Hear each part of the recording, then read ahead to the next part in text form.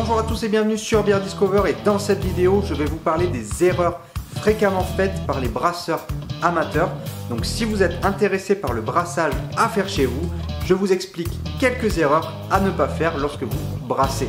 Cela vous évitera de perdre énormément de temps et de matières premières lors de votre premier brassin. Et je vous explique ça tout de suite.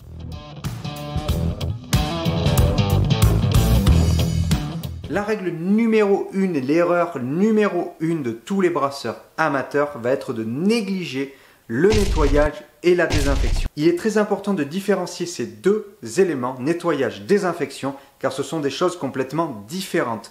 Le nettoyage va vous permettre d'avoir un environnement propre, tandis que la désinfection va vous permettre d'avoir un environnement avec zéro bactérie qui va venir infecter votre mou. Ne pas préparer son matériel et son temps est une grosse erreur des brasseurs amateurs.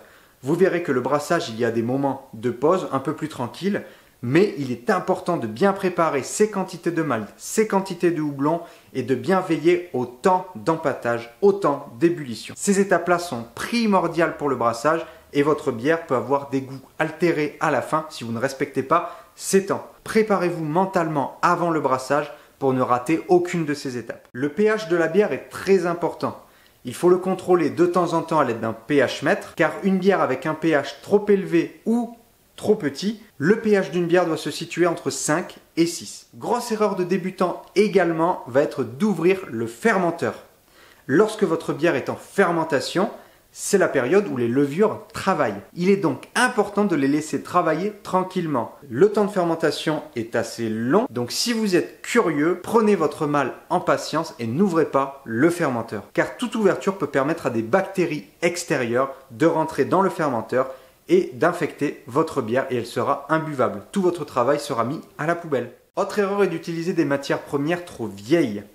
Les maltes se conservent assez peu, il est important de les conserver sous vide. Les houblons doivent être conservés à l'abri de la lumière et au congélateur, mais veillez à les utiliser rapidement pour éviter qu'ils ne soient dépassés. Utiliser des maltes trop vieux entraînera une bière qui ne sera pas forcément très bonne. Utiliser un fermenteur trop petit est une erreur, car lors du travail des levures, vous allez avoir ce qu'on appelle le krausen.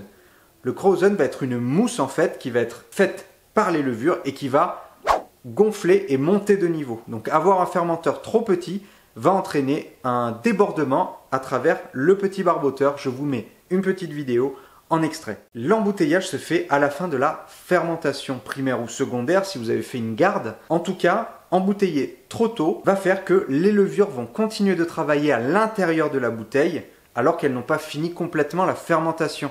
Cela va entraîner une quantité importante de CO2 dans la bouteille et va risquer un éclatement de la bouteille. Donc, comme l'ouverture du fermenteur, soyez patient et attendez que les levures aient terminé leur travail.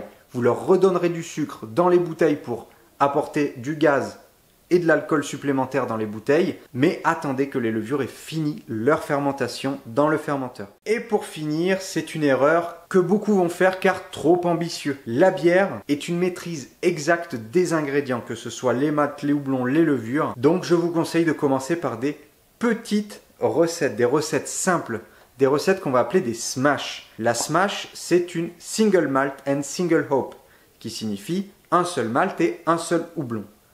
Donc je vous conseille de commencer par ces recettes, voire même de commencer par des recettes avec extrait de malt avant de vous lancer dans des recettes tout grain. Cela vous permettra de vous familiariser avec les processus de brassage et de vous aider à faire des bières réussies. Je vous conseille donc de commencer par ces recettes avant de faire des recettes avec plusieurs maltes, plusieurs houblons, des dry hops, etc.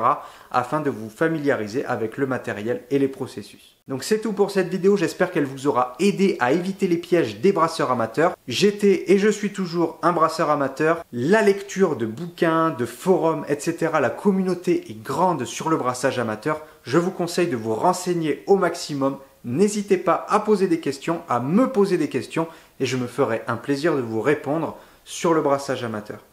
N'oubliez pas que mon site Beer Discover est en ligne. Vous pouvez acheter des bières directement chez les brasseurs ou directement du stock que j'ai en magasin afin de vous faire découvrir un large panel de bières artisanales. En attendant, abonnez-vous aux pages Facebook et à la chaîne YouTube.